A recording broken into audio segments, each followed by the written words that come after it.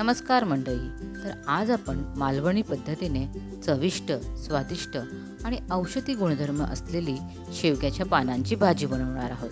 ह्या भाजीच्या पानांमध्ये औषधी गुणधर्म तर भरपूरच असतात, पण जर ती योग्य पद्धतीने बनवली तर त्याची चवही तेवढीच अप्रतिम लागते.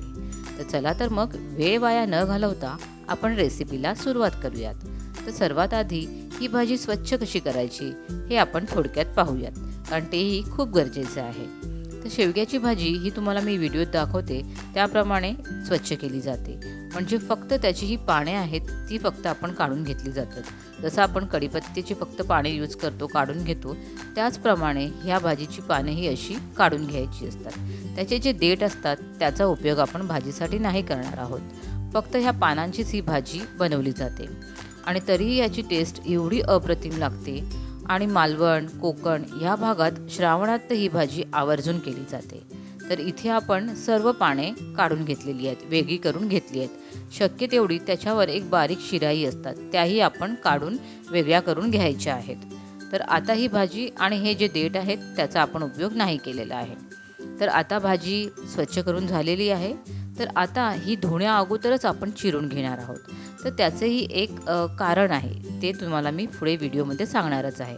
याची ही पाने आहेत ती अशी थोडी थोडी घेऊन बारीक अशी त्याला चिरून घ्यायची आहे.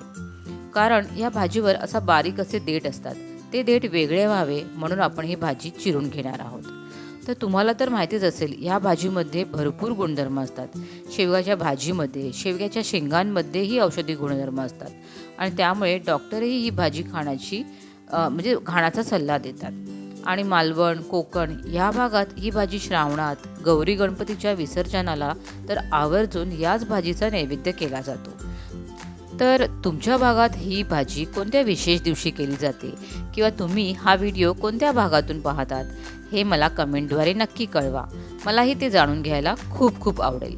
तर आपण ही सर्व भाजी अशीच बारीक चिरून घेऊया, व्यवस्थित असे बारीक त्याला कटिंग करून घेऊया.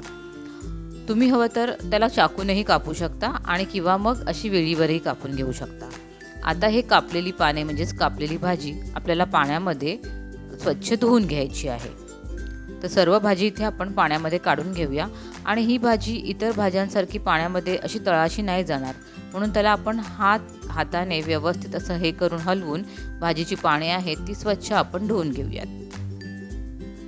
व्यवस्थित अशी स्वच्छ केली तर ह्या भाजीची चव खूपच अप्रतिम लागते. आणि ही भाजी तशी शिजण्यासाठी जास्त वेळ नाही लागत, अगदी 10 मिनिटात आपली ही भाजी शिजून होते. तर पहा, तुम्हाला मी दाखवते आहे, ह्या ज्या बारीक बारीक त्याच्यावर ज्या शिरा असतात त्या शिरा अशा पाण्याच्या तळाशी जाऊन बसतात आणि त्यासाठीच आपण ही भाजी पहिला कापून घेतली. आणि आता ही भाजी मी छान गाळून घेते आहे. तर ह्या ज्या बारीक बारीक शिरा ज्या पाण्याच्या तळाशी जाऊन बसल्या आहेत त्या अशा खाल्ल्या तरी काही हरकत नाही, पण काय होतं की खाताना त्या दातामध्ये अडकल्या जातात आणि म्हणूनच आपण अशा प्रकारे ही भाजी स्वच्छ करून घेतलेली आहे. तर सर्व भाजी इथे मी पाण्यातून काढून घेते आणि हिला चाळणीवर ठेवून व्यवस्थित आपल्याला पाणी त्यातले गाळून घ्यायचे आहे.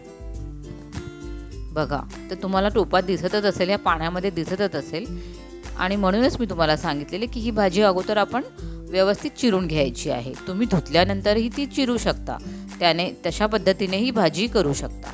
तर चाळणीवर ठेवून आपण हे व्यवस्थित पाणी गाळून घेतलेलं आहे. तर आता या भाजीसाठी लागणारं साहित्य पाहूया.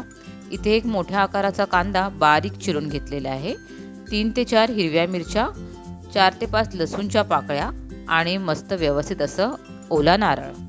ओला नारळ ह्या भाजीसाठी आवर्जून वापरला जातो.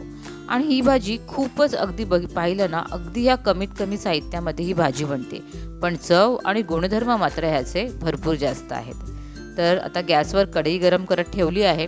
अगदी 1 चमचाच तेल घेतलेलं आहे. तर तेलात लसूण आणि मिरची हे पहिला आपण छान परतवून घेऊया.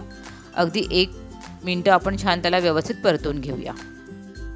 1 मिनटं मिरची आणि लसूण छान परतवून झाल्यावर लगेचच आपण त्यात कांदा घेऊया. आणि कांदाही आपल्याला थोडा मऊसूत होईपर्यंत शिजून घ्यायचा आहे. म्हणजे अगदी 1 ते 2 मिनटं कांदा आपण शिजून घ्यायचा आहे. तर झाकण ठेवून कांदा आपण मऊ करून घेऊया. पहा, आपला कांदा इथे छान मऊ असा शिजलेला आहे. पुन्हा एकदा व्यवस्थित आपण सर्व परतवून घेऊया. आणि आता लगेचच आपण जी चिरलेली भाजी आहे ती यात आपण मिक्स करून घेऊया. आणि भाजी ही व्यवस्थित अशी एकदा परतून घेऊया. मीठ आपण सर्वात शेवटी घालणार आहोत. पहिला आपण 1 मिनिटं भाजी छान परतून घेऊया, कारण जी पानं असतात ती थोडी आळली जातात आणि त्यामुळे मिठाचं प्रमाण आपल्याला परफेक्ट कळतं. कदाचित तुम्ही सुरुवातीला जर मीठ ॲड केलं तर ते म्हणजे थोडी खारटी येऊ शकते किंवा त्याला नीट तुम्हाला कळण्यासाठी भाजी एकदा 1 मिनिटं व्यवस्थित परतल्यानंतर आपण त्यात चवीनुसार मीठ ॲड करायचं आहे. तर आता इथे आपण मीठही टाकून घेऊया.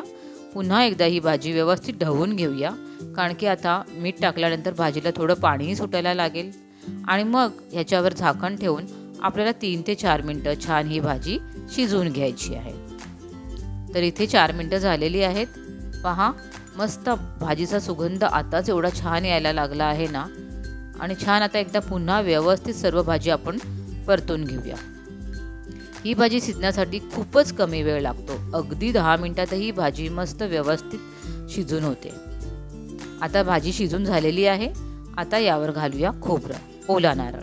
जसं मालवणी, कोकणी या भागात पालेभाज्यांमध्ये ओलं खोबरं हे वापरलंच जातं, कारण त्यामुळे त्यांची चव अजून दुपटीने वाढते.